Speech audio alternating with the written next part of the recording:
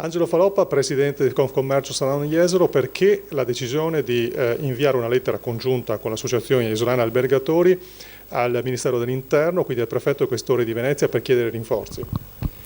Partiamo dal presupposto che il Presidente del Consiglio Mario Draghi ha sempre detto che il turismo è l'attività più importante e l'economia più importante per far ripartire l'Italia. Io direi che è ora di dimostrarlo anche nei fatti.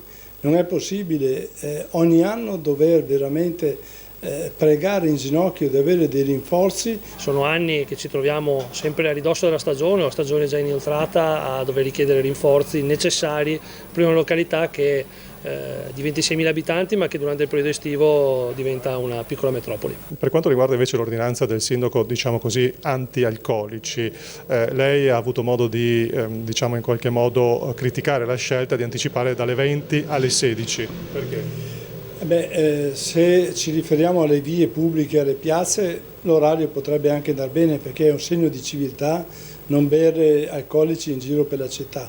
Lo fanno tantissime altre città in tutto il mondo, lo potrebbe fare anche Jesolo e le città della costa. Diciamo che alle ore 16 uno che non possa più bersi una birra sotto un ombrellone lo ritengo un limite troppo importante. Far turismo vuol dire anche non porre tipi di divieti di questo tipo, quindi almeno per quanto riguarda l'Arenile chiediamo di dare un orario leggermente diverso.